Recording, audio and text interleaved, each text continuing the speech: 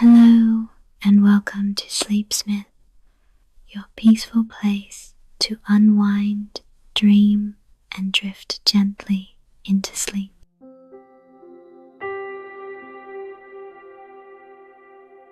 Before we start our story tonight, let me help you settle in with a simple, calming breath like a gentle lullaby for your body and mind.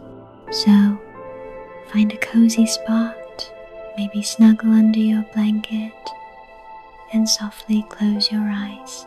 Now, breathing quietly through your nose for 4 seconds. 1, 2, 3, 4. Hold that breath softly for 7 seconds. 1, 2, 3, 4, 5, 6, 7. And now, slowly exhale through your mouth for 8 seconds, letting all the tension melt away.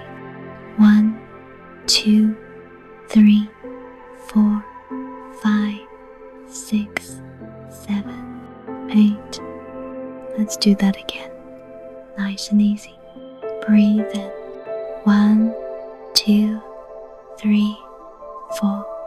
Hold. 1, 2, 3, 4, 5, 6, 7. Breathe out. 1, 2, 3, 4, 5, 6, 7, 8. One last time, just like a soft whisper, breathe in. 1, 2, 3, 4. Hold. 1, 2, 3, 4, 5, 6, 7. Breathe out. 1, 2, 3, 4, 5, 6, 7, 8. Feel your body getting lighter, your mind quiet, as if you're being tucked gently into a calm, warm bed. Thank you for sharing this moment with Sleepsmyth. Now, relax completely and let the story carry you into a peaceful, restful sleep. Let's begin.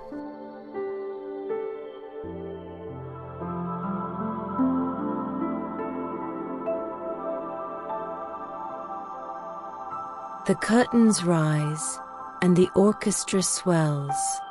Tonight, the stage becomes a vessel for love that cannot be contained. Stories where hearts face the ultimate performance, where passion is tested by fate, obsession, war, and time. Where every act carries tension, every scene a heartbeat measured against the fragility of devotion. Every prop, every spotlight, every note in the orchestra seems to pulse in rhythm with the lovers' hearts, as if the stage itself conspires to hold them in a moment suspended between hope and peril. First, we enter the opera house where Daaé and the Phantom tread the boards.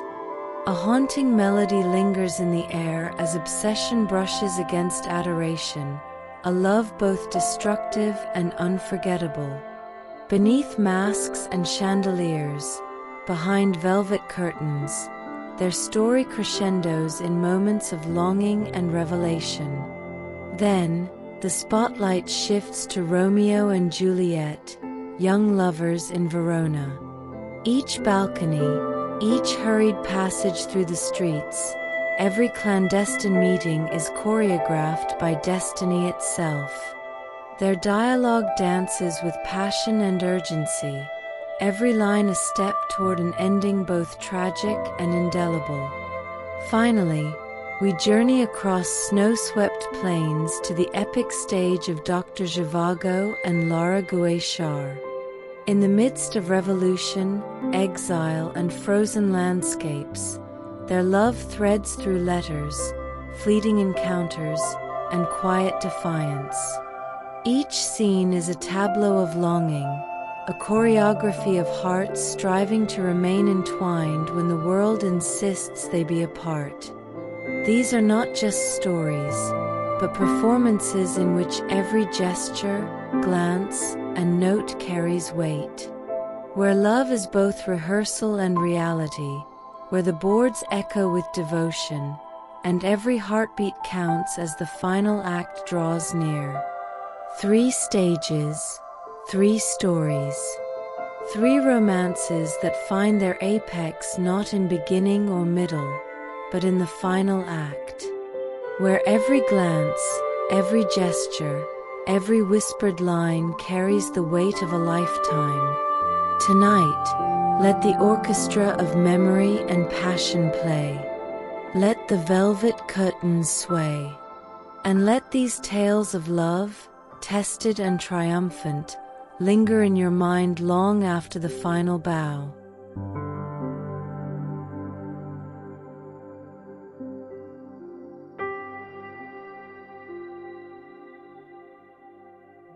A voice across velvet corridors.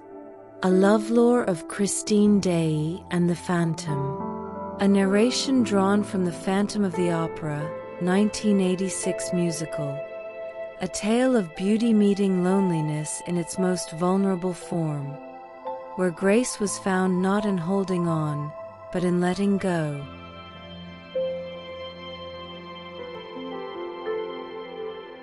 Voice behind the curtain.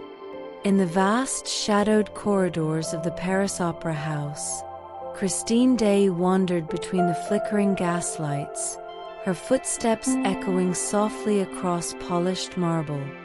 The air was thick with the scent of wax and old velvet, mingling with the faint perfume of roses left behind by a long-forgotten audience.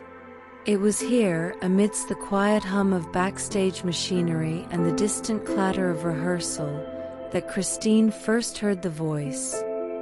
Not of any teacher or accompanist, but a sound that seemed to emanate from the very walls themselves, clear and ethereal. She froze mid-step, her heart fluttering in a rhythm that matched the trembling of the chandelier above. The voice was tender, instructive, yet wrapped in a sorrow that resonated deep within her. Every note seemed to touch places in her she did not know existed, awakening both fear and wonder. For years, Christine had sung as instructed, guided by the masters of technique and composure, but this was different. It spoke not only to her skill but to her soul. She followed the sound as if compelled by invisible strings, down narrow hallways where the walls bore the faint stains of water and time, past the storage of forgotten props, and under the great painted archways that depicted gods and muses from an age long vanished. And there, in a small unlit rehearsal room, she paused, the voice suddenly silent. Yet she felt its presence, a warmth like a hand brushing her shoulder, lingering in the stillness. In the days that followed, Christine could not shake the memory of the voice. It returned at odd hours, sometimes when she practiced alone in her dressing room, sometimes through the faint crackle of her sleeping thoughts. Each time, it guided her, urging her to extend her notes, to reach beyond what she thought possible. It was a teacher, yet invisible, existing somewhere between reality and dream.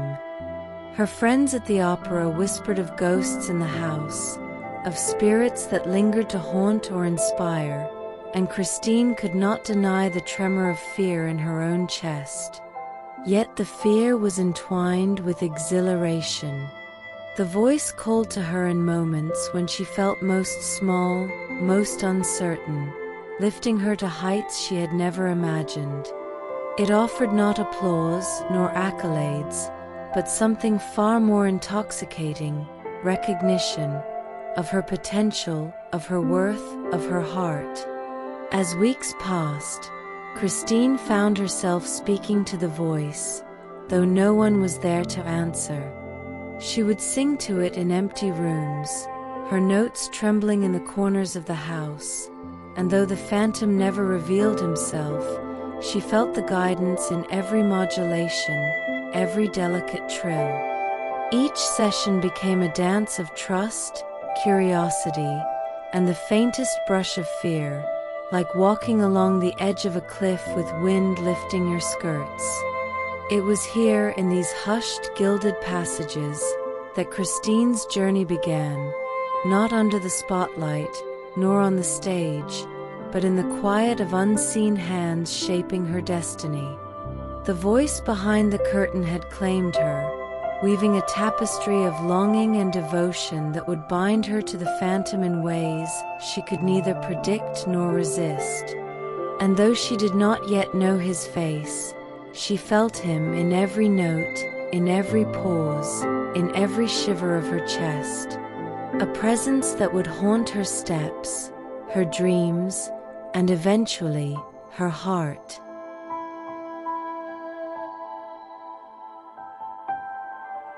Lessons of the Invisible Maestro.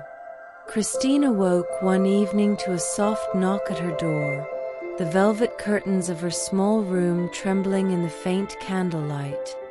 At first, she thought it a trick of her imagination, or perhaps the wind brushing against the old iron latch. But when she opened the door, there was no one to be seen, only a note, scrawled with careful elegance, resting on the threshold. "Come to the rehearsal hall. Do not fear, your teacher awaits." Curiosity pried open the gates of her apprehension, and with a whisper of courage, Christine followed the instructions. The rehearsal hall was empty, yet alive with the scent of damp wood and the faint metallic tang of piano strings. In the center of the room, shadows danced across the floorboards as though anticipating her arrival. And then the voice spoke again, warm and commanding, yet tinged with something fragile. "Sing, Christine." At first, her voice faltered, trembling as she hit the notes, unsure whether to trust the unseen teacher. But the voice guided her, correcting her posture, her breath, the rise and fall of her tone. It was meticulous, exacting, yet never cruel. Every word was carefully chosen, every gesture precise, and Christine found herself responding instinctively, her body moving as if in conversation with an invisible hand. Days turned to weeks, and each lesson became a ritual. Christine would arrive in the quiet of night, the opera house empty, but for the hum of anticipation. The phantom's instructions were unrelenting, yet infused with a rare tenderness. He pushed her to extend her range, to explore the trembling corners of her soprano, to feel the music not just with her ears, but with her lungs, her heart, her very bones. Christine learned to read the music as if it were a living entity, to breathe with it, to fold herself into every crescendo, every delicate diminuendo. And through it all, she began to sense the mind behind the lessons, a brilliant, tormented soul, both commanding and vulnerable, whose love of music was inseparable from the man himself. She did not see him, yet she felt the weight of his presence in every corner of the hall, in every sigh of the piano, in the tremble of the chandelier above. Her fingers brushed the keys with newfound mastery, her voice rising into notes that seemed impossible, filling the hall with resonance that made the very air shimmer. The phantom's approval, though unspoken, wrapped around her like a cloak. Sometimes she imagined him there, kneeling beside her, correcting a note with a gentle touch, his breath warm against her ear. Yet when she dared to look, there was only emptiness, only the echo of lessons, only the anticipation of the next encounter. And in those nights, Christine began to understand the paradox of her relationship with the unseen maestro. He was both her guide and her captor, her mentor and her mystery, a presence that elevated her yet reminded her of the perilous intensity of his devotion. With every lesson, she grew in skill and confidence, and in the strange, dizzying gravity of attachment to someone she had never truly seen. The opera house had become a cathedral of music, a sanctum where every note was a heartbeat and every silence a secret. And Christine, standing amid its vaulted ceilings and polished floors, felt the first tremors of a bond that would shape her life, her choices, and her heart. A bond that would lead her toward both triumph and terror.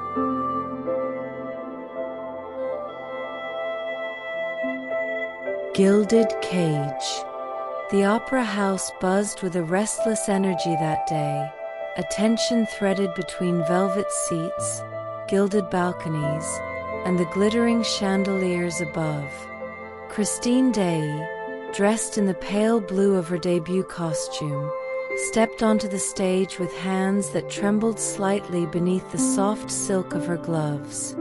The audience waited, a sea of expectant faces illuminated by the glow of countless gaslights, their murmurs weaving a current of anticipation through the vast auditorium. For weeks, Christine had rehearsed tirelessly, guided by the unseen maestro who had claimed her nights and dreams. Each note she sang carried the memory of his invisible hand, shaping her, urging her to reach beyond what she believed possible. But now the world was watching, and her voice, once a secret shared with shadows and corridors, would be laid bare for all to hear. From the audience, Raoul, Vicomte de Chagny, watched with rapt attention. He had known Christine since childhood, the memory of her bright eyes and gentle laughter lingering in his mind like a half-forgotten melody. Seeing her now, commanding the stage with a purity and strength that seemed almost otherworldly, he felt a swell of pride and longing, a desire to protect her from the unknown, yet unable to step into the spellbinding light that now bound her. Backstage, hidden behind curtains and painted flats, the Phantom watched. Every gesture, every lift of Christine's voice, stirred a tempest within him. His devotion, once quiet and secret, now roared with intensity, a storm of possessiveness and adoration. He had molded her, nurtured her, and claimed a part of her spirit, and yet the world reached for her as though he had never existed. Anger and fear danced together, dark and luminous, as he considered the price of losing her to another. Christine felt it, even without seeing him, the tension in the air, the invisible weight pressing against her heart. Yet she could not name it, could not comprehend the intensity that pulsed in every note she sang. She only knew that she was caught between two forces, the delicate, steady love of Raoul, offering warmth and safety, and the haunting, commanding presence of the Phantom, whose voice had become inseparable from her own. After the performance, applause thundered through the hall, a tide of admiration and envy. Christine's cheeks burned with exhilaration and fatigue as she bowed again and again, the audience's praise swirling around her like sparkling dust. But behind the mask of triumph, her mind lingered on the unseen mentor who had guided her to this moment, whose approval had always meant more than any clapping hands. That night, as she returned to her dressing room, a letter awaited her. It was brief, elegant, written in careful script. Do not forget whose hands shaped your voice. Remember where your song began. Christine's heart ached at the mixture of pride and unease, realizing that her ascent into fame carried a price she had yet to fully understand. In the gilded cage of her rising star, Christine felt the pull of freedom and the tether of obsession. The opera house, once a place of learning and wonder, now seemed alive with eyes that were not all her own. And somewhere in the labyrinth of its halls, her invisible teacher waited, vigilant and relentless, shaping her destiny with every note she sang.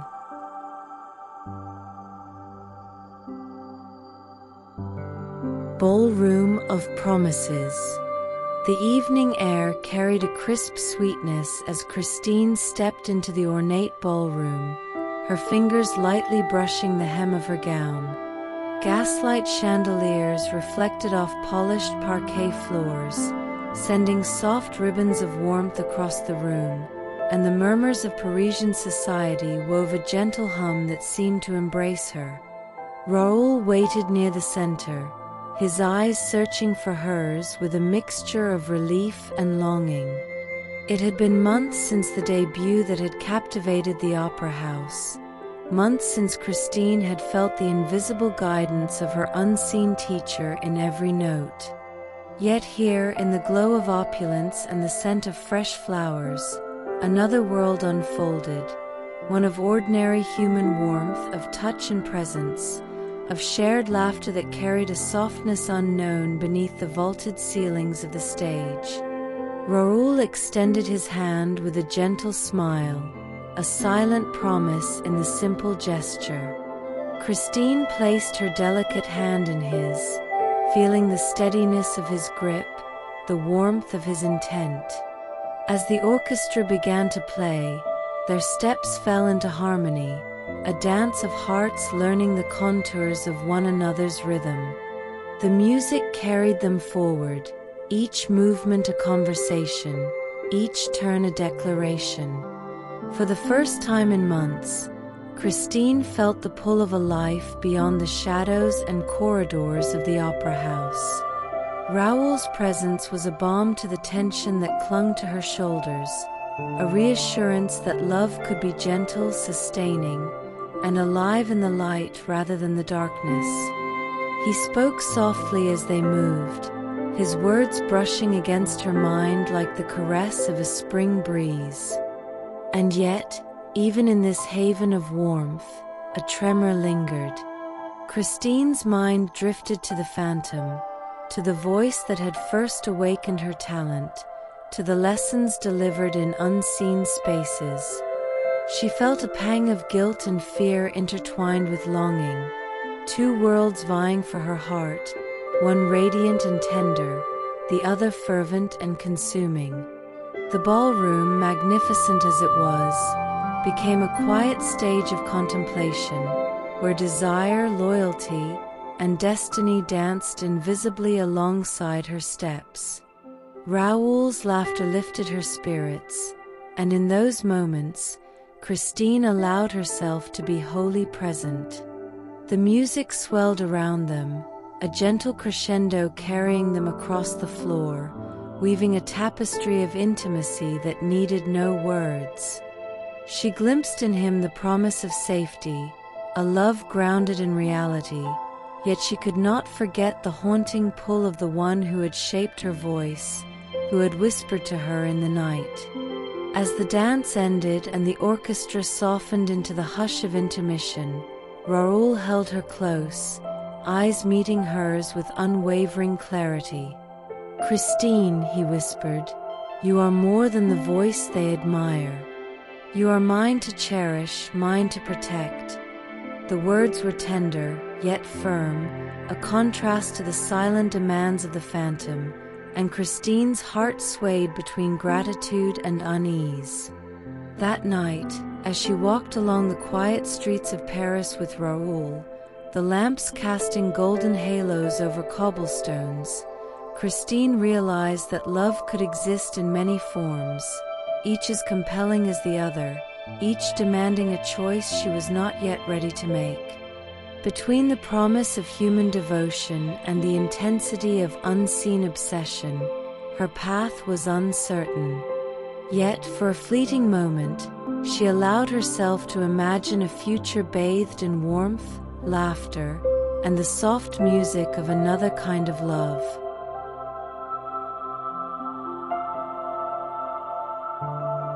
Labyrinth of Desire. Beneath the opera house, far below the glittering chandeliers and polished floors, a world existed that few dared to imagine.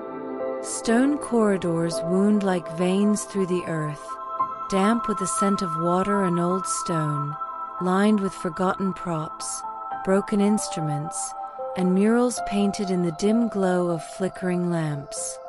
Here the phantom moved with ease, every step measured, every breath attuned to the rhythm of his secret domain. Christine had never known such a place existed, yet somehow she felt its presence, as though the very walls of the opera house held memories of unseen lives. When the phantom summoned her to these hidden depths, her heart both recoiled and leaned forward, drawn by curiosity, fear, and a strange, undeniable trust. Each descent into his labyrinth was a journey through her own emotions, an exploration of courage and vulnerability intertwined. The lessons in these subterranean halls were unlike those above. Here, the music demanded more than technical precision. It demanded surrender, attention to nuance, and an openness that made Christine tremble. The phantom's guidance was exacting, almost unbearable at times, yet she could not deny the power it unlocked within her. Every note became a mirror, reflecting not only her talent but the intensity of the man who shaped it. His presence, though unseen, was a constant weight. Christine sensed the sharp focus of his gaze, the way he measured her gestures, the way the slightest falter in her voice sent a shiver of tension through the air. And yet, within that intensity, there were moments of tenderness that took her breath away. A whispered compliment, the soft direction of her hand, a pause that lingered longer than necessary, all spoke of a love that was both exquisite and dangerous. Christine's feelings began to fray at the edges.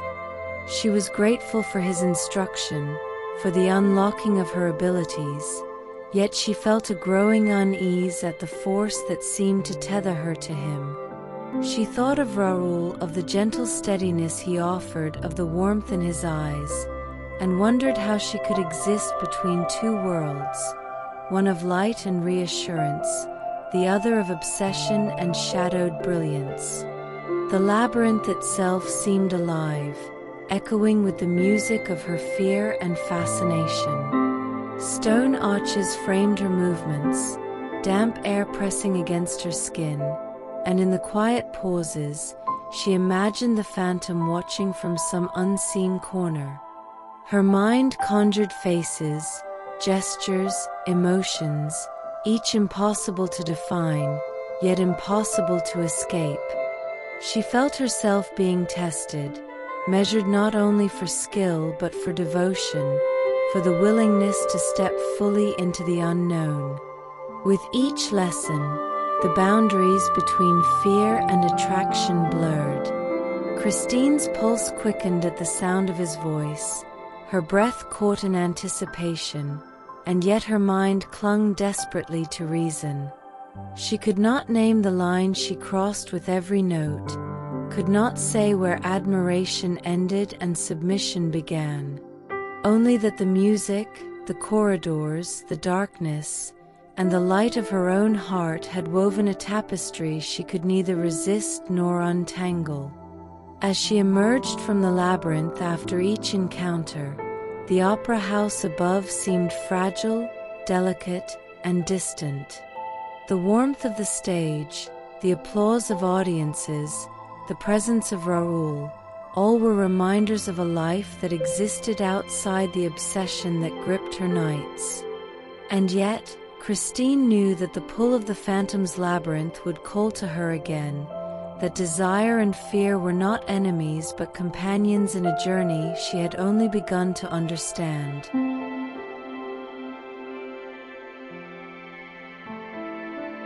Music of threats. The opera house, once a sanctuary of lessons and applause, had grown restless. Even in daylight, the hallways hummed with a tension Christine could feel pressing against her chest. Each step she took across the marble floors seemed to stir currents of expectation and menace, as though the walls themselves held the memory of warnings. She sensed the phantom's presence everywhere, in every hidden corner, in every rustle of curtains and soft creak of stage boards. It began subtly at first. Notes left hanging in rehearsals, letters slipped beneath her door, messages written in elegant script that spoke of devotion and demand.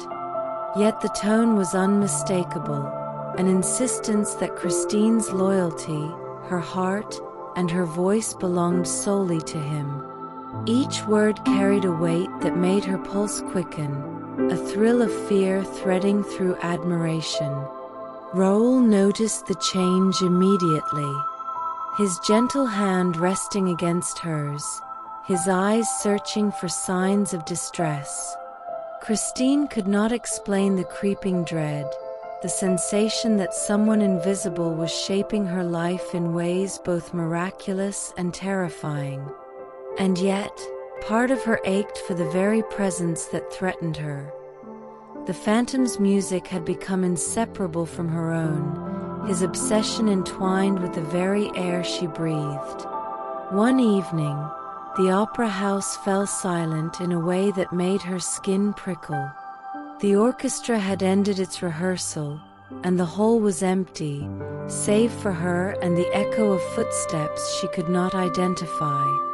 Suddenly, a note fluttered to her feet, and she recognized the writing instantly. "Do not forsake me, Christine. One misstep, and the song ends forever." Her breath caught, a shiver running down her spine. The phantom's words were both a plea and a warning, a duality that filled her mind with tension. She realized that the lessons had never been neutral, that the music itself was now a vessel for desire, obsession, and control. Every note she had sung under his guidance had been a thread in a tapestry that bound her to him in ways she could not yet untangle. Despite the fear, Christine's courage began to grow. She understood that she could not ignore the danger, nor could she abandon the compassion she felt for the man whose genius and torment had carved her voice. Each day became a careful navigation of boundaries, an intricate dance of obedience, empathy, and defiance. The opera house, so familiar yet now alien, reflected the duality of her life: light and shadow, freedom and captivity, love and threat. Even Raoul's presence, though comforting, could not erase the specter of the phantom's influence. Christine felt torn, her mind caught between two worlds. One promised safety, warmth, and tenderness. The other demanded surrender, courage, and an intimacy that frightened her. And in this tension, she found the raw material of her own strength, a resilience born from the interplay of fear, desire, and moral choice.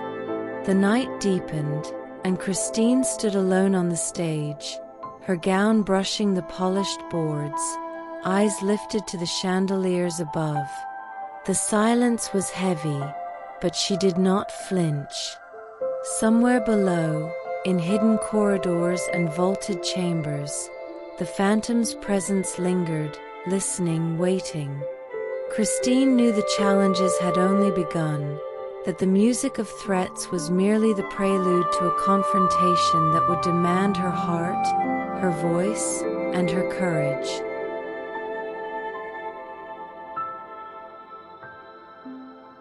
Masquerade of Farewell. The opera house shimmered under the golden glow of countless chandeliers, the velvet curtains heavy with expectation. Tonight, the stage would not only host music and performance, but the culmination of desire, fear, and obsession that had haunted its halls for months. Christine stepped forward, her gown flowing like liquid silk, and felt the weight of every choice she had made pressing gently upon her shoulders. Above, Raoul's eyes searched for her, filled with concern and resolve. He knew that the Phantom's influence had become more than guidance. It was a claim, a possessive force that had entwined itself with Christine's very spirit. He moved toward her, determined to shield her from danger, while understanding that the resolution would not come from force alone. Then, from the darkness, the Phantom emerged, not with malice, but with a profound, painful intensity that made the air tremble. His mask, hiding the scars of his life, could not conceal the anguish and longing in his posture. Christine felt her heart constrict with a mixture of fear, empathy, and a strange, aching admiration. The man who had nurtured her voice now demanded the surrender of her heart, yet he did not speak of violence, only of devotion, of a love that had shaped every note she had sung. The confrontation unfolded like a careful dance. Words and glances intertwined with the music that filled the hall, each gesture carrying weight and meaning. Christine spoke, her voice steady but gentle, asserting her choices, acknowledging his influence, yet refusing to be claimed entirely. The Phantom listened, and for a moment, the intensity of the opera house seemed to pause. Every chandelier flicker, every shadow along the balconies, every distant echo of applause from rehearsals hung in the balance. And then, in a moment both intimate and dramatic, he reached a decision that would define them forever. Christine's compassion, her courage, and her unwillingness to reject him completely moved the Phantom in ways words could not convey. He allowed her to leave, granting her freedom, even as his own heart tore with longing. It was a sacrifice, a recognition that love sometimes means letting go, even when desire burns brighter than the stars above. Raoul took Christine's hand, their fingers intertwining with a promise that was steady, warm, and real. Together, they stepped from the stage into the gilded corridors, leaving behind the tension, the music, and the hidden depths. Yet Christine could not forget the Phantom, his voice, his presence, his influence. The opera house had shaped her, and in its halls, a part of him would linger, unseen but never absent. As the night wore on, the city outside held its quiet beauty, lamplights casting golden pools on the cobblestones. Christine and Raoul walked hand in hand, aware that love could take many forms, some visible, some hidden, some defined by sacrifice. And while the climax of passion and conflict had passed, the memory of it would resonate like a melody in her chest, a reminder that devotion, longing, and the intensity of love leave traces that never fully fade. The curtains of the opera house would close for the night, but the story, the music, and the lessons would remain. Christine had faced the labyrinth of desire, the gilded cage, and the music of threats. And though the Phantom's presence had receded, the aria of their connection would linger in her memory, shaping her voice, her heart, and her life.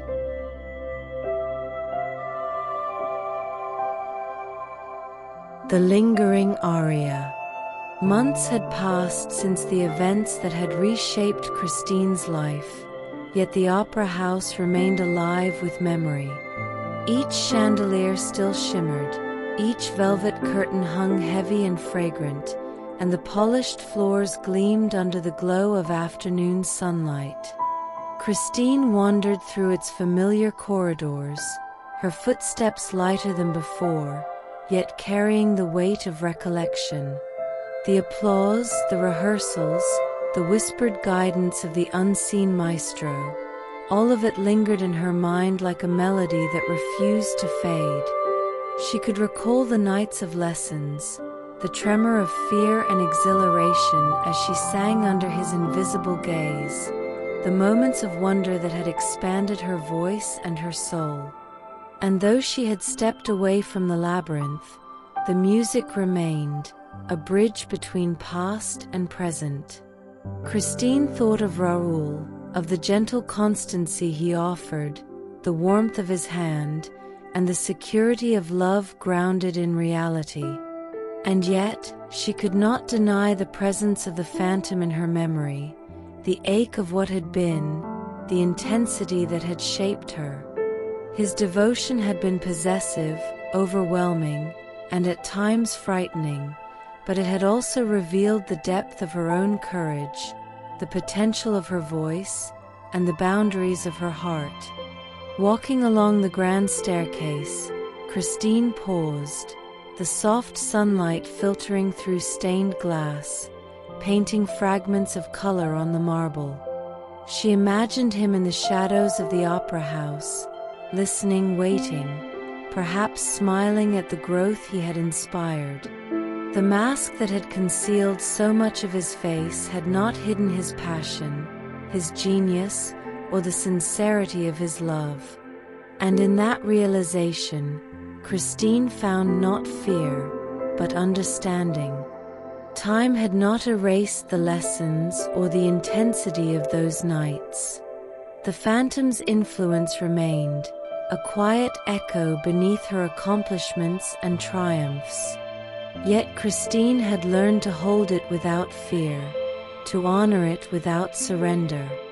She could carry the memory of his devotion, the labyrinthine corridors, and the music of threats with grace, letting them inform her artistry and her heart without consuming them. As she stepped onto the stage one final time for a private rehearsal, Christine raised her voice, filling the hall with notes that rose and fell like waves against stone walls. The music carried with it the entirety of her experience: fear, love, longing, courage, and release. It was an aria of memory, a song that belonged to both herself and the phantom, a testament to the complexities of love that does not end, but transforms. And in that moment, Christine understood that love, in all its forms, leaves traces that linger. It shapes us, teaches us, challenges us, and inspires us. The phantom's devotion, Raoul's steadiness, her own courage, all intertwined in a symphony that would echo through her life. She closed her eyes, letting the final note fade into the empty hall, feeling both sorrow and gratitude, realizing that even when love must part, it leaves a resonance that shapes every step forward. The opera house remained, silent now but full of memories. And though the phantom was gone from her sight, his presence lingered in the music, in the corridors, and in the depth of her heart. An aria that would follow her always, soft, haunting, and unforgettable.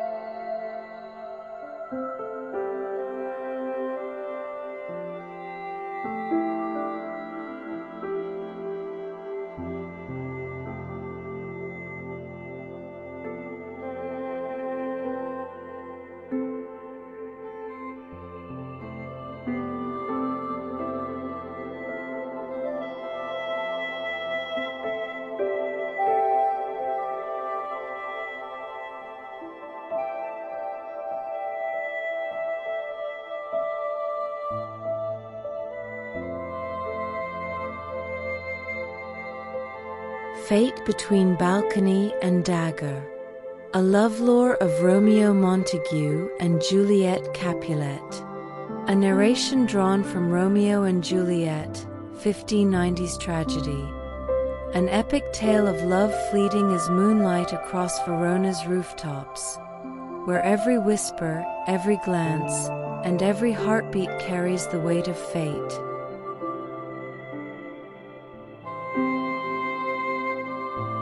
The First Glance. The Capulet ballroom gleamed with warmth and color, golden chandeliers spilling light over polished floors and swirling gowns.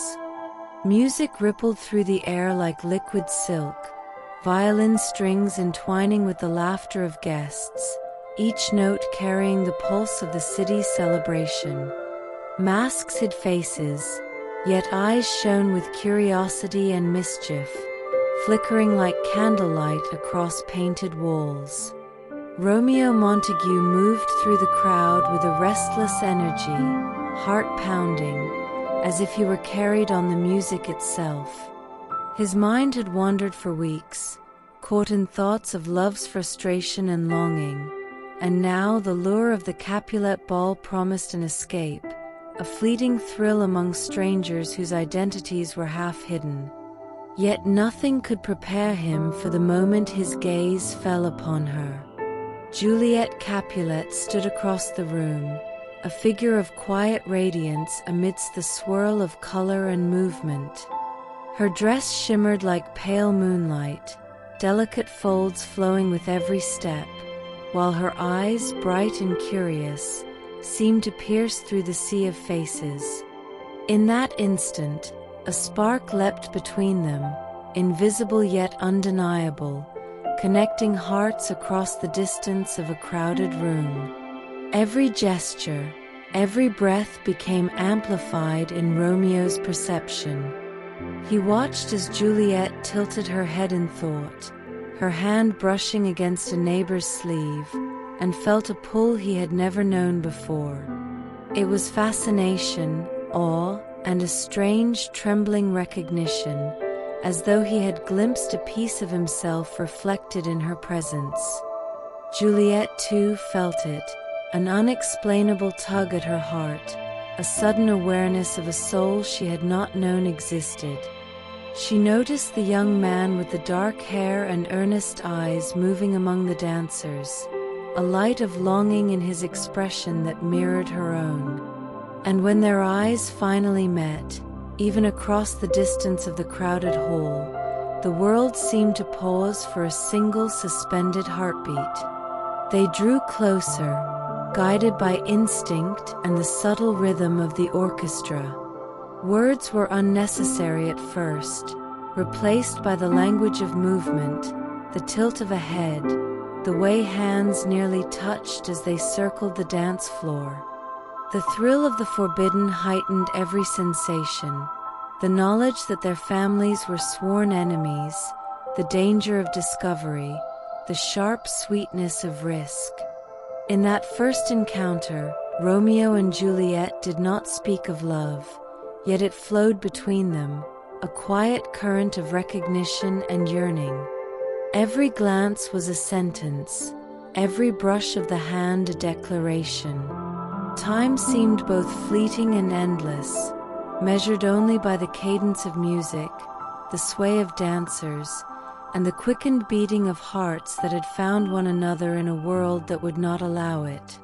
When the dance ended, and the applause of the masquerade mingled with the fading music, they were forced apart by etiquette and circumstance.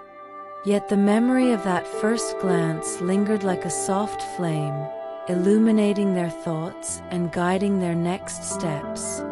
The Capulet ballroom had become a stage for destiny, where two young hearts collided with breathtaking force, and where the story of their love, brief yet brilliant, began its first delicate arc.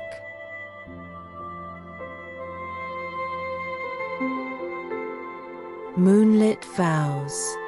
Night had draped itself over Verona, soft and silvered, turning rooftops and streets into a landscape of quiet light. The city seemed to hold its breath, every chimney, every tiled roof, every glimmering window touched by the calm of the moon. Juliet stepped lightly onto her balcony, her hands resting on the cool stone, the night air brushing against her cheeks with a gentle insistence. She had not expected to see him, and yet her heart knew he would come. Romeo emerged from the shadows below, careful, deliberate, as if the very earth had bent to guide his steps. The moon cast his figure in a luminous glow, highlighting the earnestness in his posture, the hope threaded through his every movement.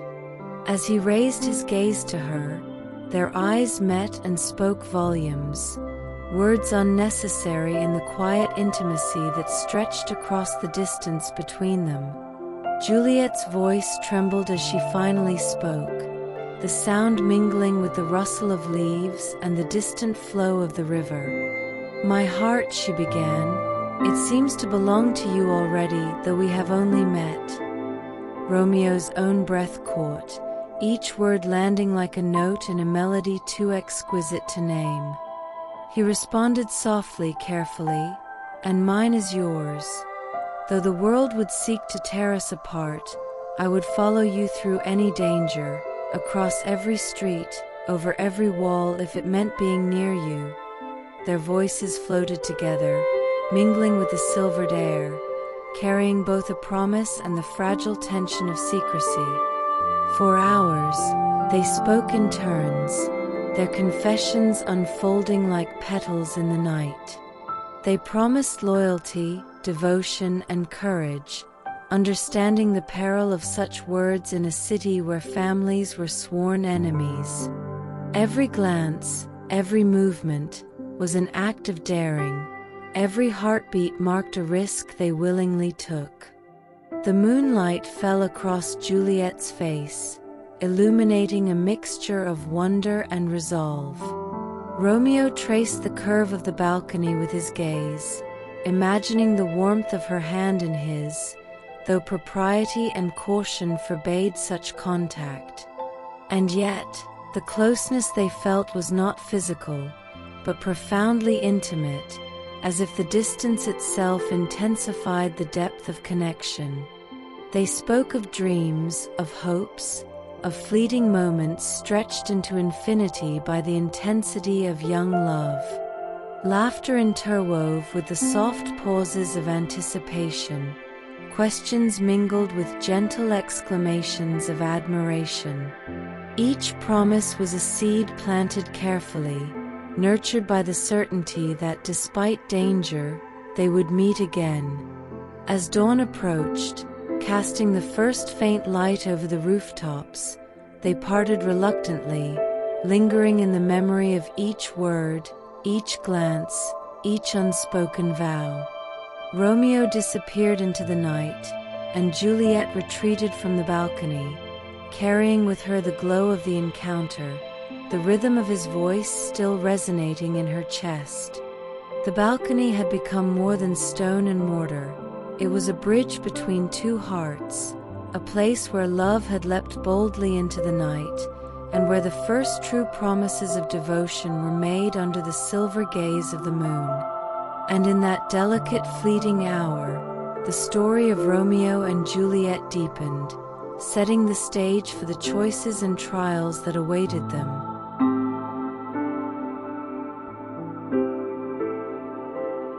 Friar's Blessing. The small chapel felt alive with quiet anticipation, a different kind of warmth than the bustling streets of Verona or the glittering chaos of the Capulet ball. Sunlight filtered through narrow windows, scattering soft patterns across the stone floor, illuminating the faces of two young hearts on the brink of forever. Romeo and Juliet stood before Friar Lawrence, hands clasped tightly, eyes locked in a gaze that spoke of hope, devotion, and a daring trust that defied the world around them. The friar's voice was calm, measured, carrying the weight of wisdom and the caution of experience. "Love," he said, is a force both tender and strong, capable of great joy and unforeseen consequence. Today you step into a bond that few dare, and yet one that can endure if hearts remain steadfast. Each word fell gently, threading a sense of solemnity and promise through the air, mingling with the quickened heartbeat of the young couple. Romeo spoke first, voice clear, steady with conviction that belied the tension beneath. "Juliet, with every breath, every thought, I am yours.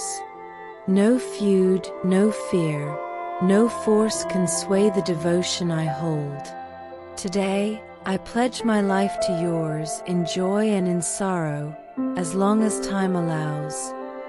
Juliet's cheeks flushed with a mixture of excitement and gravity, her fingers tightening around his in quiet affirmation. "My heart is yours, Romeo," she replied, her voice soft but unwavering. "Though the world may not bless us, though our families may scorn our choice, I stand with you. Let this day mark the beginning of our truth, our courage, and our love." The words hung in the air, luminous and fragile, carrying both defiance and a gentle tenderness that made the small chapel feel like a universe of its own. Friar Lawrence nodded solemnly, his hands moving with careful ritual as he joined their fingers together. The ceremony was brief yet weighty, a private declaration of unity in a city where every corner held potential danger. Each vow, each glance, each brush of hand against hand wove their lives together with threads of devotion, risk, and daring hope. The chapel seemed to hold its breath as the final words were spoken, the delicate echoes of promise settling into the stone walls. Outside, the streets of Verona continued with their noise and rivalry, yet inside, a bubble of quiet, determined joy enveloped Romeo and Juliet. In this small, sacred space, the world of feud and fury could not touch them, though they knew it would soon press against the borders of their new reality. When they stepped out of the chapel, the sun glinted on rooftops and balconies, and the city felt different, brighter, sharper, yet threaded with tension. Every glance exchanged, every touch of the hand, carried a weight now amplified by the bond they had forged. Their love had taken form, fragile and brilliant, a force both exhilarating and dangerous, ready to face the trials that awaited them beyond the doors of the friar's sanctuary. In this moment, Romeo and Juliet had claimed their future together, however brief or uncertain it might be. And as they walked side by side through the bustling streets, their hearts beat in tandem, carrying the promise of devotion, courage, and the daring beauty of love made real amidst a world that sought to tear it apart.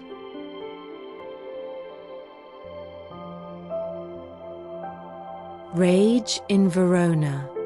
The streets of Verona were alive with tension, every alley and cobblestone carrying the simmering fury of generations.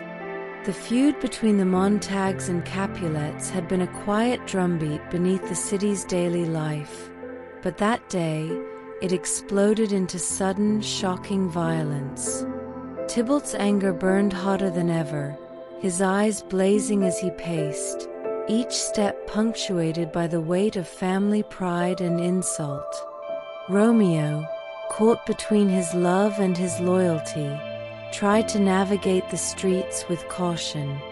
The exhilaration of secret love now collided with the harsh reality of enmity, and he felt a trembling uncertainty as he encountered Tybalt face to face. Words were exchanged, sharp and deliberate, each syllable carrying the threat of consequence. Tension coiled tightly in the air, a physical thing that pressed against every chest in the square. Mercutio, ever bold and reckless, stepped into the fray, a spark of defiance and humor dancing in his eyes. His laughter carried a brash courage, but beneath it lay the fragile edge of mortality.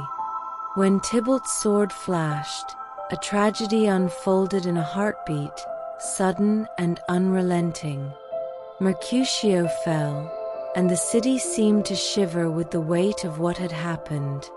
Romeo's chest tightened, a mix of rage, guilt, and grief surging through him in a tide that left him dizzy. Fury seized Romeo, sharp and consuming. The need to defend love and friendship, to avenge Mercutio, propelled him forward with a force that left little room for hesitation. Steel met steel, and Tybalt fell, the life draining from him beneath the unforgiving sun. The streets were still again, except for the heavy, uneven breaths of those left standing. Verona had witnessed a sudden, irreversible shift, and the consequences would unfold swiftly. Prince Aeschylus arrived with a measured voice, carrying both authority and grief. He declared Romeo's exile, a decree that struck with devastating precision. Romeo felt the world tilt beneath him, as if the ground he had trusted had given way. Separation from Juliet, the impossible distance imposed by the law, loomed over him like a storm cloud, a punishment that weighed heavier than any blade. Juliet, in the Capulet household, felt the news like a sharp wind cutting through her chest. The joy and promise of marriage now collided with fear and longing, and she struggled to reconcile the love she had vowed in the chapel with the sudden distance imposed by circumstance. Every corner of her home seemed smaller, every sound heavier, as if the city itself had conspired to press upon her heart. In the days that followed, Verona felt smaller to both of them, a city constricted by family enmity and grief. Yet amidst the turmoil, their love endured, bending but not breaking. Messages were whispered, glances exchanged, and hearts reached across the divide, clinging to hope in defiance of the world's harsh decrees. The rage of Verona had tested them, a crucible of fire that left scars on both heart and spirit. But it also deepened their devotion, forcing courage, loyalty, and ingenuity to the surface. And though the streets carried tension and the city bore witness to loss, Romeo and Juliet's love became more determined, a fragile, brilliant flame amid the ashes of anger and tragedy.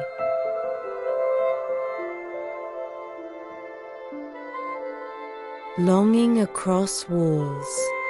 Verona felt impossibly large and suffocating to Juliet now, each street and alley a reminder of the distance that separated her from Romeo.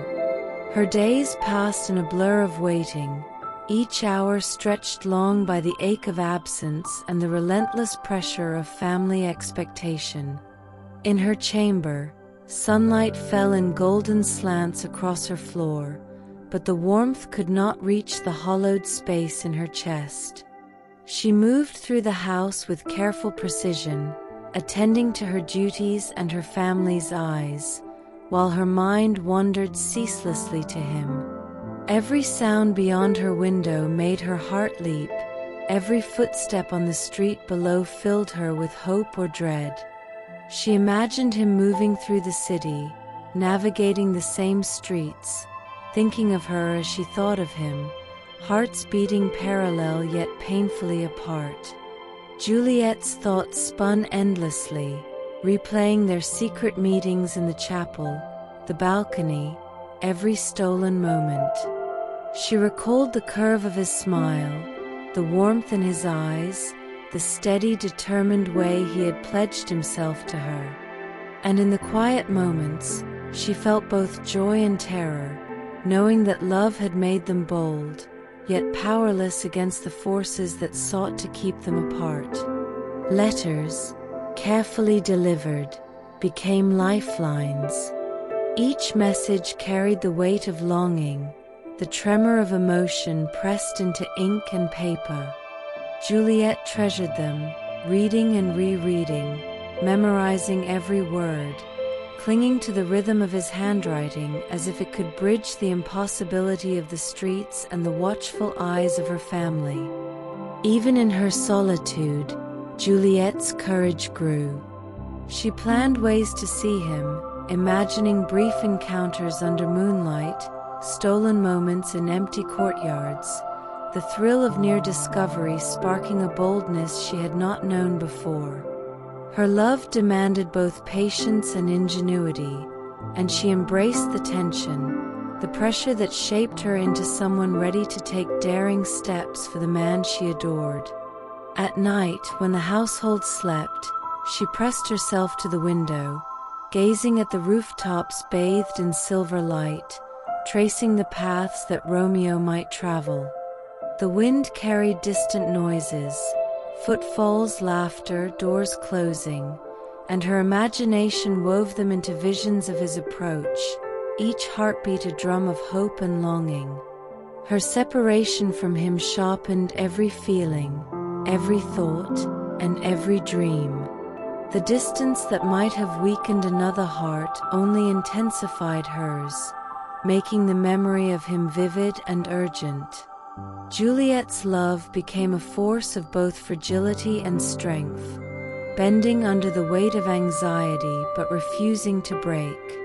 In this chapter of their lives, Verona itself became a silent companion, a city that both imprisoned and connected them. Each wall, each street, each moonlit corner held traces of their devotion. And though their reunion still seemed distant, Juliet's determination to sustain their love, to nurture it against all odds, made her steps deliberate, her courage unwavering, and her heart fully alive to the power of longing and hope.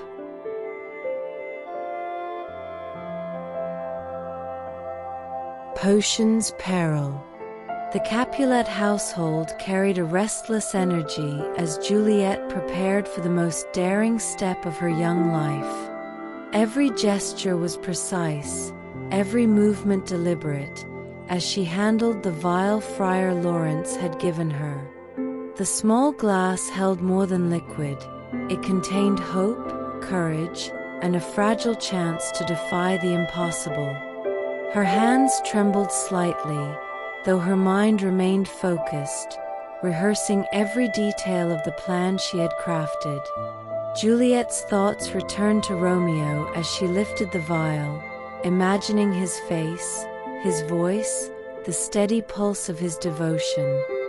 She thought of the peril surrounding them, the anger of her family, the rigid laws of Verona, the cruel twist of fate that had separated them, and felt both fear and resolve interwoven like the threads of a delicate tapestry.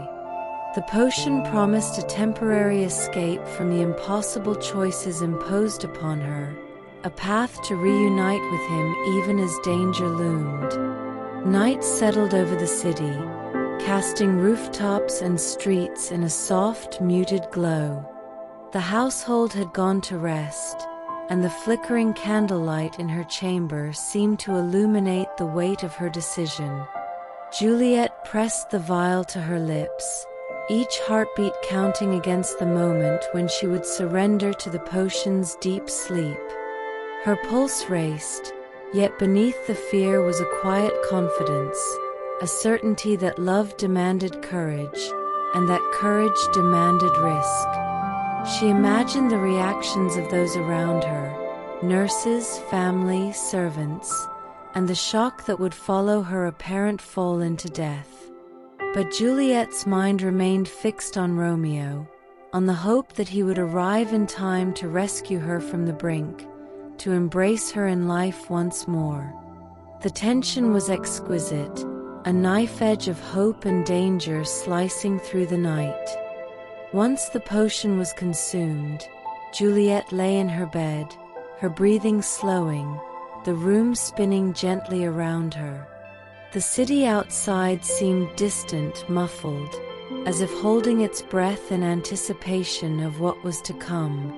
Time stretched, elongated by the stillness of the sleeping house and the fragility of the plan she had set into motion. Every sound, the faint creak of a floorboard, the muted call of a night bird, became amplified in the silence surrounding her, each one a reminder of the peril she had invited. Her dreams were a strange blend of anticipation and anxiety.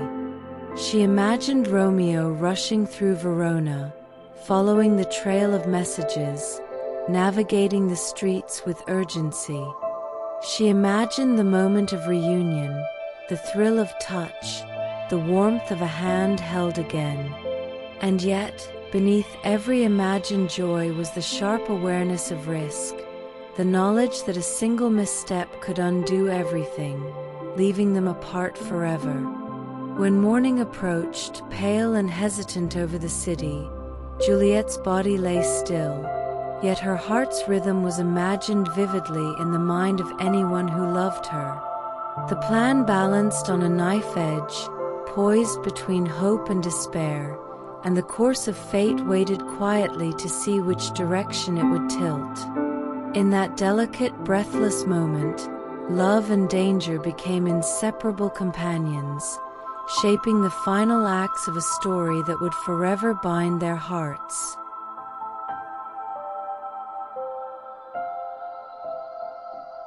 Fateful reunion. The streets of Verona felt impossibly quiet as Romeo made his way toward the Capulet tomb, each step laden with urgency and dread. Moonlight traced the edges of rooftops, painting the city in silver and gray, as if the world itself held its breath for what was to come. His heart pounded with hope and fear, every beat a reminder that time was fragile, and that one wrong step could shatter everything. When Romeo reached the tomb, he paused, taking in the sight of the stone doors, cold and imposing against the night. The messages he had received were fragments of a plan, fragile hints of reunion that he had clutched desperately. And there inside, he believed Juliet awaited him, a vision of life restored, a reward for his daring journey. But what he found was startling: the stillness of her body, the pale perfection of her form beneath the faint candlelight. The sight struck him like a sudden wind, stealing his breath and replacing it with panic and grief. He sank to her side, trembling, as his mind raced to understand the cruel twist of fate. Her lips, her hands, her very presence seemed suspended between life and death, and in that instant, reality collapsed into fear and urgency. Juliet stirred faintly, yet the potion's effect left her appearance indistinguishable from death. Romeo's emotions surged uncontrollably, a tempest of love, despair, and helplessness. The world seemed to narrow, to hold its edges tightly around them, allowing no room for reason, only the immediacy of heartbreak and the impulse of action. In a moment of tragic misjudgment, Romeo drew the vial he carried, a fatal solution pressed to his lips. The weight of despair, the intensity of longing, and the belief that he could not live without her carried him forward. And then, as the potion took hold, the world shifted, and the culmination of love, risk, and fate reached its irreversible apex. Juliet awoke moments later, as the effects of the sleeping draught began to wane, only to witness the devastating reality of Romeo's decision.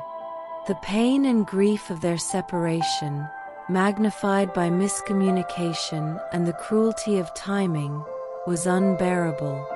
In a final heart-wrenching choice, she joined him in the irrevocable, their devotion concluding in the most profound demonstration of love imaginable.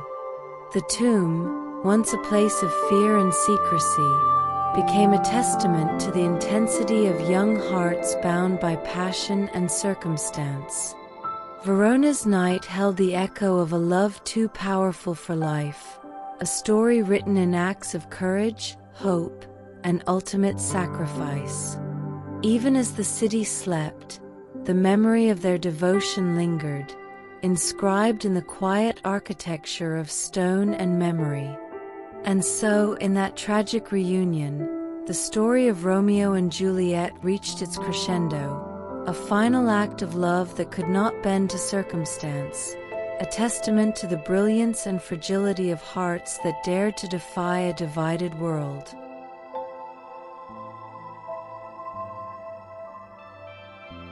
After the last kiss, Verona awoke to a city transformed, though the streets and rooftops remained unchanged. The morning sun fell pale across the town, brushing the cobblestones and balconies with light that could not erase the weight of tragedy. Families moved through the streets with heavy steps, their faces etched with grief, the vibrancy of life tempered by the knowledge of what had been lost. In the Capulet household, Juliet's absence was a hollow presence, felt in the empty spaces where laughter and hope had once lingered. Every chair, every window, every silent corner seemed to speak of the love that had bloomed and withered too quickly. And yet, even in mourning, there was an undeniable imprint of beauty, a trace of devotion that had refused to bend to the divisions of family and fate. Romeo's family, too, felt the shock and sorrow of their loss, the sudden knowledge that the consequences of feud and pride could reach so deep into the hearts of the young. Conversations paused in mid-sentence, and footsteps faltered as neighbors and kin contemplated the fragility of life and the intensity of love. The city itself seemed to reflect the enormity of the moment, quiet in reverence, as if holding its breath for those it had lost. For those who had witnessed fragments of their story, the tale became a mirror of both the beauty and the peril of passionate devotion. Their love had been brief, yet luminous, burning brighter than the boundaries that sought to contain it. And in that brilliance, Verona learned a lesson both bitter and exquisite, that love can transform, can inspire courage, and can leave traces long after the hearts that bore it have fallen silent. The Capulet tomb remained, a solemn monument to the choices, risks, and bravery of two young hearts. Within its stone walls, Romeo and Juliet's devotion rested, a story of passion and daring that would endure in memory, shaping how others understood the balance between love and circumstance.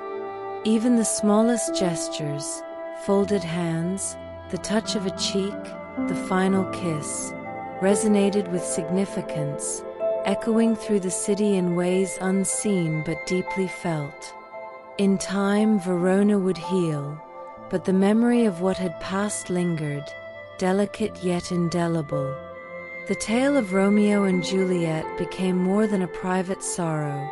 It became a story of courage, of hearts that dared to defy hatred, and of love that remained vibrant despite its fleeting nature. Families, once divided, began to see the cost of enmity, their grief tempered by the hope that future generations might learn from the sacrifices of the young. And though their bodies were gone, the essence of their connection, the bravery, the devotion, the intensity, remained, a testament to the power of love to shape life, even in its briefest, most fragile form. Verona carried it in the quiet movement of its streets, in the warmth of the morning sun, and in the memory of hearts that had dared to beat as one. The story concluded, but the imprint of love, forever poignant and unforgettable, lingered in every corner of the city, a final kiss left not in passing, but as an enduring mark upon the world itself.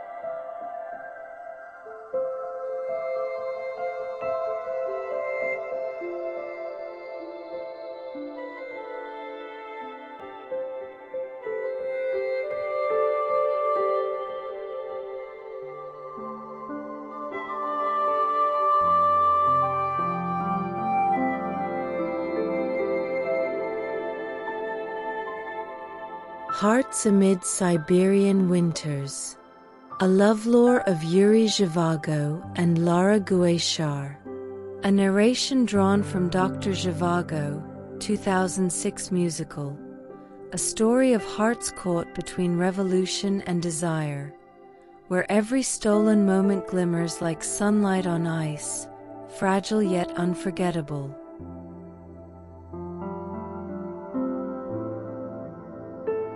Snowfall over Moscow. Snow drifts through the hush of an awakening century, a quiet veil over rooftops and chimneys, each flake glimmering like a memory waiting to be written.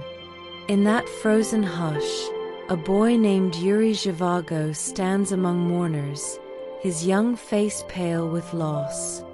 His parents are gone, leaving him to the care of the Gromykos, a kindly family whose home hums with warmth and knowledge, where books, laughter, and music soften the ache of absence. Moscow, vast and glistening, rises around him like a dream sculpted in ice. Streets lined with troikas and silver bells, cafes lit by gaslight and poetry, the heart of Russia beating beneath snow and song.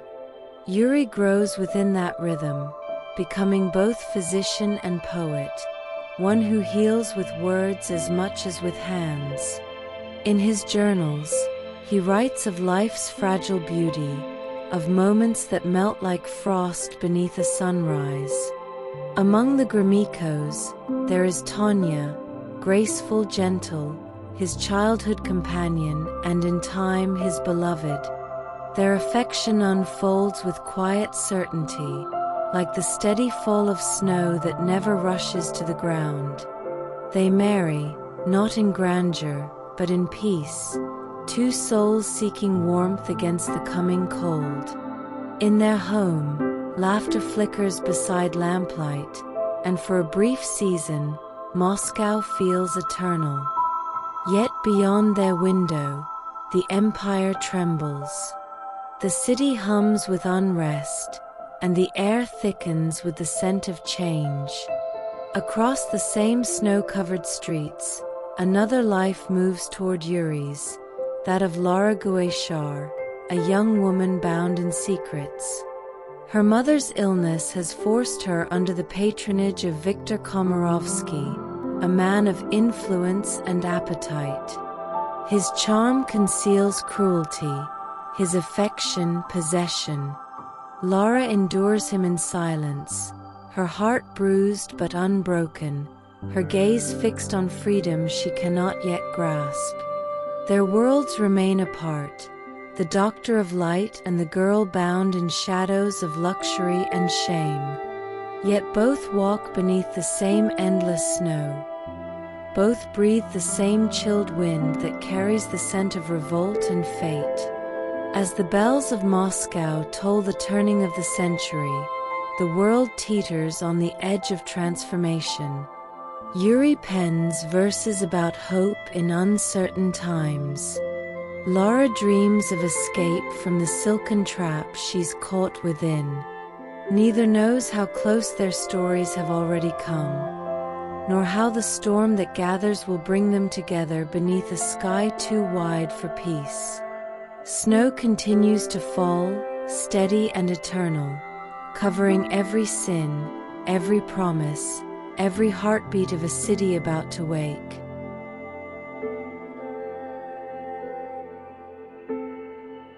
The Girl with the Revolver. Winter deepens across Moscow, wrapping its avenues in quiet and unrest. Ice forms along the riverbanks like crystal veins, and behind the city's brilliance, the air trembles with whispers of rebellion. Somewhere among the glittering salons and marble halls, Lara Guishar prepares for an evening that will change the course of her life. She is no longer the shy girl bound by Komarovsky's control, though his presence still lingers in every corner of her world. The man who taught her luxury and shame in the same breath. The man whose smile is a cage gilded in false affection. Tonight she dresses not for admiration, but for release. The satin gown conceals a revolver, small, cold, and certain, pressed against her ribs like a final heartbeat of defiance.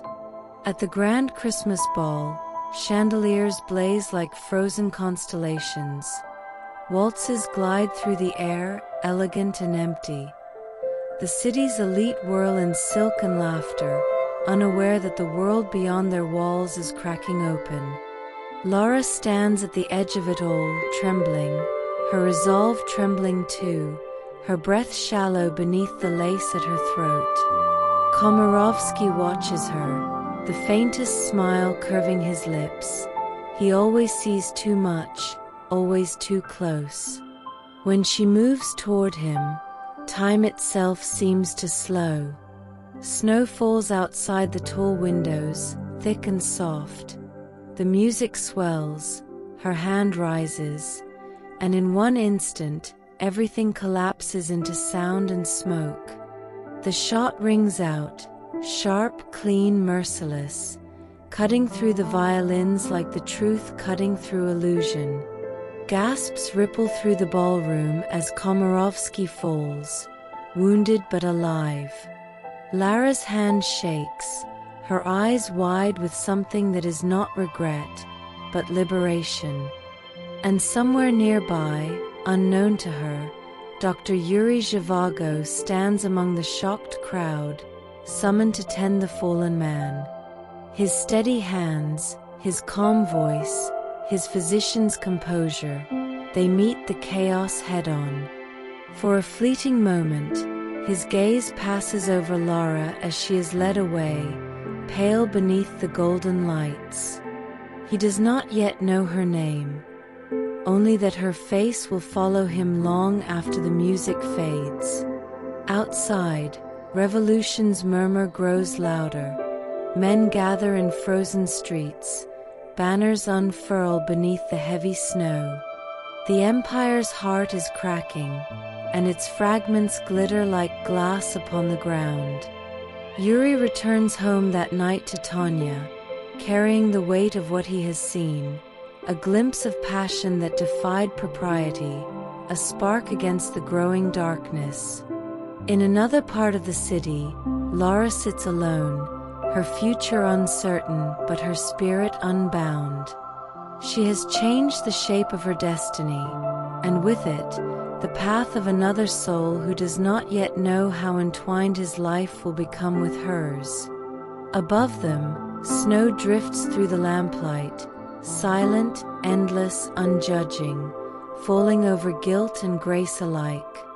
Moscow sleeps uneasily beneath its white shroud, and in the quiet between heartbeats, the story of Dr. Zhivago and Lara begins to turn.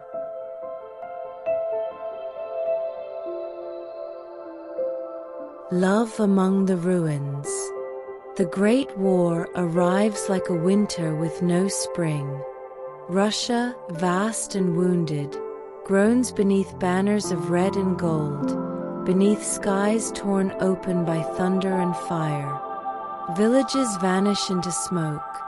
Fields once ripe with grain now bloom only with silence and graves. The promise of a bright new century lies buried beneath the snow. Yurii Zhivago serves as a doctor at the front, his poet's heart beating beneath the weight of bandages and blood. He moves among the wounded with quiet grace, his hands steady even when his spirit falters. He writes between battles, verses pressed into scraps of paper, words that try to capture what beauty remains in a world intent on breaking itself. He dreams often of Tanya and their child, his memories of home flickering like a lantern's flame in a gale. Far from him, Lara Guishar walks the same path of devotion and exhaustion. Her husband, Pasha Antipov, has disappeared into the war, a schoolteacher turned soldier, his ideals hardened into iron by the conflict's cruelty. Seeking him, Lara volunteers as a nurse, her compassion guiding her through the same corridors of suffering that now cradle Dr. Zhivago's days. She tends to soldiers who no longer remember their names, whispering kindness into the air thick with despair. One evening, under the flickering glow of lanterns and the endless sound of wind, Yurii sees her. She stands by a cot, her face pale with fatigue, her touch impossibly gentle upon a dying man's brow. Something within him stills, not recognition but resonance, as though some unseen thread has finally drawn taut between them. Days pass, then weeks. They work side by side, barely speaking at first, two weary souls learning to breathe again in each other's presence. Their conversations begin in quiet exchanges about medicine, about duty, about survival. Yet beneath every word flows a current neither can ignore. There are moments, a shared look, a hand brushing against another while tending to a wound, that linger long after the lamps are dimmed. When night falls over the field hospital, silence spreads like a prayer. Outside, snow drifts across the tents, softening the world's cruelty into something bearable. Inside, Yurii reads his poetry aloud to her, hesitant at first, then unguarded. Lara listens, her eyes glimmering with the reflection of candlelight and longing she cannot name. In those fragile hours, they remember what it means to feel alive. But the war does not sleep, and peace is only ever borrowed. Orders arrive, moving battalions further east. Lara's search for Pasha must continue. Dr. Zhivago is called elsewhere, drawn back toward Moscow and a home that already feels like a memory. They part without promise, yet both carry the warmth of those stolen nights as one carries a hidden flame in the cold. The sky above the trenches begins to pale with the first hint of dawn. Smoke, snow, and sunlight mingle, colors of loss, colors of hope. Amid the ruin, love has quietly taken root, fragile and defiant, waiting for its season to return.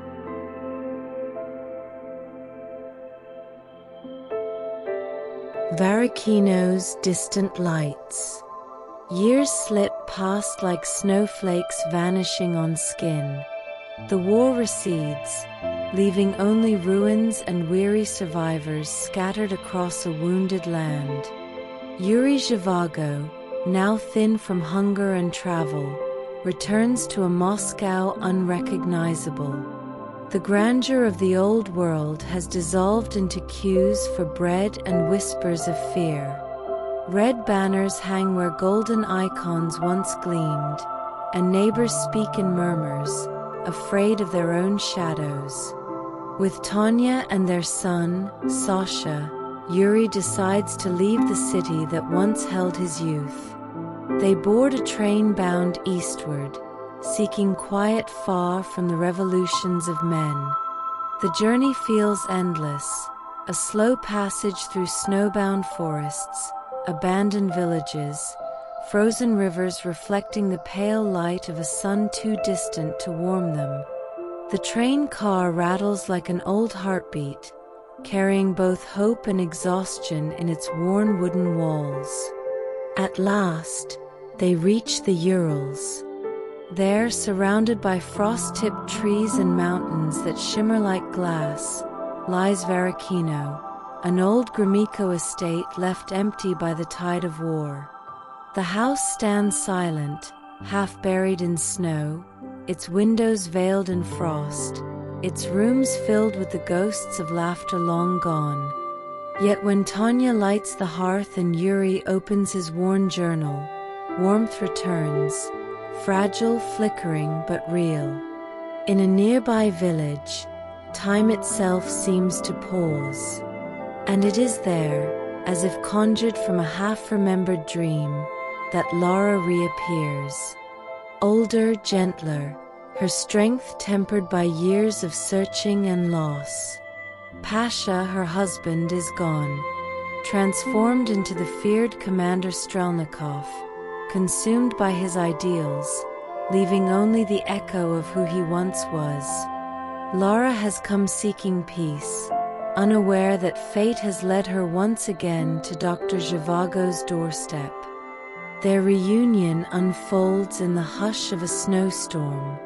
A knock at the door, a startled glance, and suddenly, the years fall away.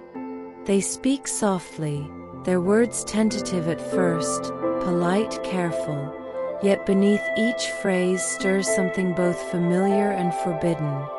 Tanya, ever perceptive, senses the unspoken current between them, but her love is bound in grace.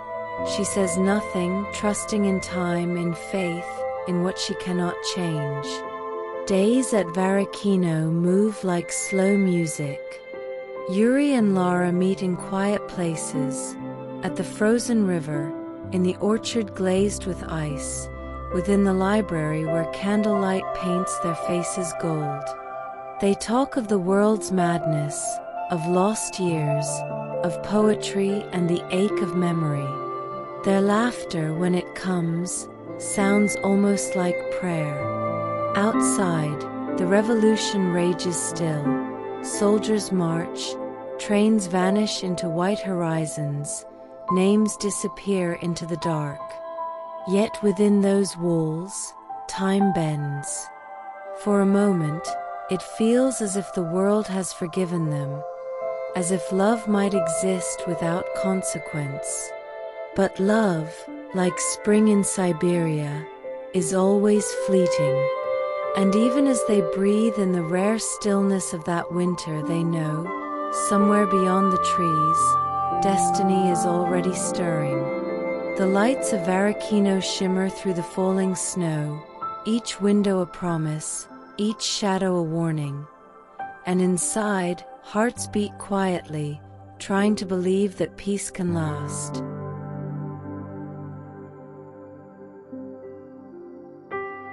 Fire across the steppes. Peace in Varakino lasts no longer than a sigh. One morning, Dr. Zhivago wakes to the sound of hoofbeats echoing across the frozen fields. Distant, rhythmic, inevitable. The war has found him once more.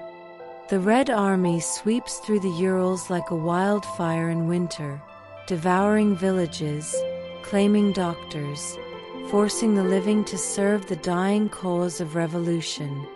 He is taken without violence, without choice, his white coat mistaken for allegiance, his name recorded by men who no longer know compassion. Tanya and their child watch from the doorway as he is led away, his breath misting in the cold, his eyes searching the horizon as though he might still see Lara's figure there, waiting at the edge of the forest. But only the wind answers, carrying with it the dull echo of promise unfulfilled. Days blur into months as Yurii rides across the steppes with the soldiers, endless plains of ice and smoke, where the sky seems too vast for mercy. His hands, once instruments of healing, now serve both the wounded and the cruel. At night, around dying fires, he writes verses on scraps of torn orders, his pencil trembling as he shapes Lara's name again and again. Her face becomes his compass, his sanctuary, his rebellion against despair. Far away, Lara waits in the village near Varakino, tending to the sick and the hungry, her hope flickering like a candle caught between drafts. Rumors reach her, whispers of a doctor among the partisans, a poet in uniform, and she knows without proof that it is him. She dreams of the sound of his voice reading poetry over the hush of snow, and wakes with tears cooling on her cheeks. The revolution grows crueler, consuming its own. Among its generals stands Strelnikov, once Pasha Antipov, his heart hardened into steel, his love for Lara buried beneath ideology and guilt. He fights for a world reborn, blind to the ruin left in its wake. Yet somewhere within him, a spark of the man she loved still burns, unseen, unacknowledged, waiting for a moment of reckoning. For Dr. Zhivago, each dawn begins the same, frost on his lashes, blood on his hands, the unending sound of boots over snow. And yet, in the quiet between battles, his thoughts drift to Lara's laughter, to the way her voice softened the edges of pain. Love, he learns, is not the opposite of war, but its only antidote, a secret resistance carried silently within the heart. When at last the fighting slows, Yurii sees his chance and takes it. Under the cover of a blizzard, he rides away, guided not by stars but by memory alone. The steppes stretch endlessly before him, a pale, frozen sea, but somewhere beyond their horizon waits the faint, impossible glow of Varakino. Behind him, the fire continues to burn. Ahead, the cold deepens. Yet within that cold, love remains, small, defiant, and alive.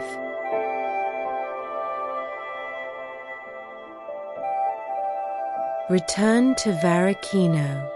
The journey back to Varakino feels endless.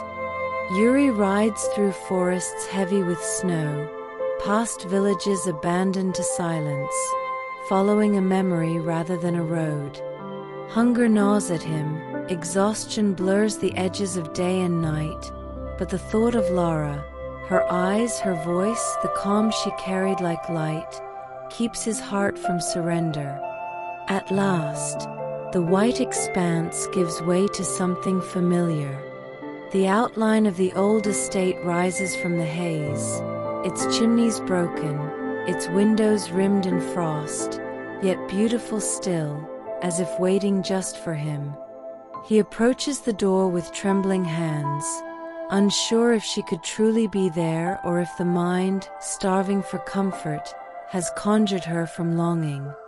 Then a sound soft and real, footsteps on the wooden floor, and there she is. Lara, standing in the doorway, her breath catching as their eyes meet. The world outside fades, the war, the fear, the long years apart, all dissolved by that one quiet heartbeat of recognition. They do not speak at first. Words seem too small for what survives between them. In the days that follow, life unfolds in gentle routine. They gather firewood, mend what they can, share meals of bread and soup while snow drifts beyond the window panes. Each evening, they sit before the fire, its glow flickering across pages of Yurii's poetry. He writes of her, not as muse, but as mirror, the reflection of all he has lost and all he has found again. Lara listens, her hand resting over his, her presence steady as breath. They speak of Tanya, of the child, of guilt and grace, yet the air between them remains tender, a fragile piece carved from the ruins of duty and desire. For the first time, their love has no need to hide. It simply exists, quiet and complete. Outside, the world is frozen in its fury. Soldiers patrol, trains vanish, the red star rises higher in the sky. But within these walls, time seems merciful. Snow covers the roof like a blessing, and each night the wind hums softly against the shutters, as if guarding their secret. Sometimes, Yurii dreams of Moscow, of the city's bells now silenced, of Tanya's laughter carried away by the years. He wakes to find Lara beside him, her hair silvered by moonlight, her breathing even, her warmth anchoring him to the present. He knows this cannot last.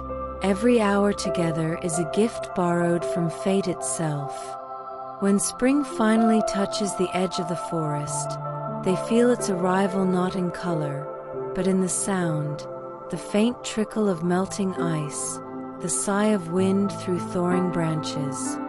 It is a reminder that nothing stays still forever, not even love. And yet, for this one fragile season, they are together, two souls adrift in history's storm, finding harbor in each other's arms. The fire burns low, the snow outside softens to rain, and for a while, it feels as though the world might forgive them. Varricino stands like a dream half-remembered, its windows glowing through the dusk, its rooms filled with laughter too soft for sorrow to claim.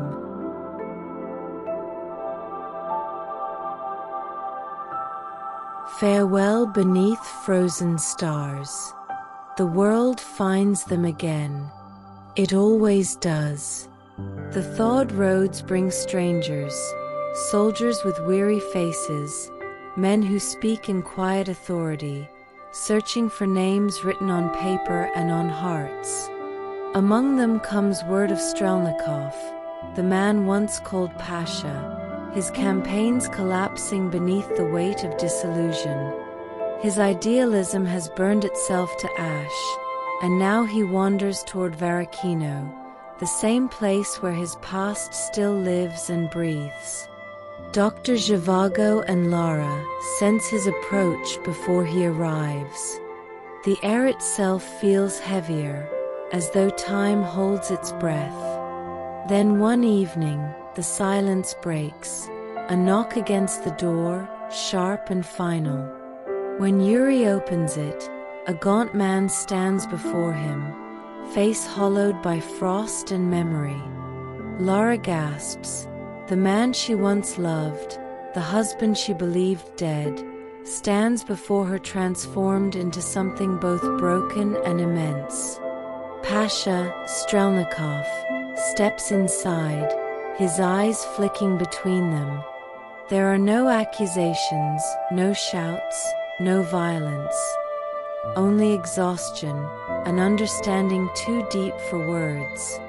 He speaks little, his voice rough with the echo of command long abandoned. He tells them that his army has fallen, that he is hunted now, that his life is nearing its end. And though his expression never softens, something within him yields when he looks at Lara. Not forgiveness, perhaps, but a final surrender to love he can no longer claim. He departs before dawn, leaving only silence and a lingering scent of gunpowder and sorrow. By midday, a shot rings out in the distance, distant yet unmistakable. Lara closes her eyes, her hand finding Yuri's, both knowing what the sound means. That night, they sit together in the dim light of the hearth, the fire fading to embers. The world beyond these walls has no mercy left to offer. Soldiers will come soon, they both know it. The new order spares no one touched by the past. Lara must leave, she has family to find, a daughter hidden far away, and Yurii cannot follow without endangering her further. Their farewell is soft, spoken in fragments. She tells him she will remember him in every sunrise. He tells her she already lives in every word he will ever write. There are no tears, only the aching quiet of two hearts stretched across eternity's edge. Before she goes, he wraps her in his coat, the same coat he wore through the war, and presses a kiss against her brow. She steps into the snow, her figure fading into the white as the wind rises. For a long time, he watches her disappear between the birch trees until she becomes nothing but a pale shimmer against the night. Above him, the sky burns with frozen stars, distant, unwavering, each one a memory of something that once shone brighter. He stands alone beneath their cold fire, his breath a faint ghost in the air, whispering her name as though it might drift far enough to find her again. Varricino sleeps behind him, its windows dark. The snow falls once more, steady, endless. Love, once a sanctuary, becomes a memory carried on the wind, not lost, only transformed.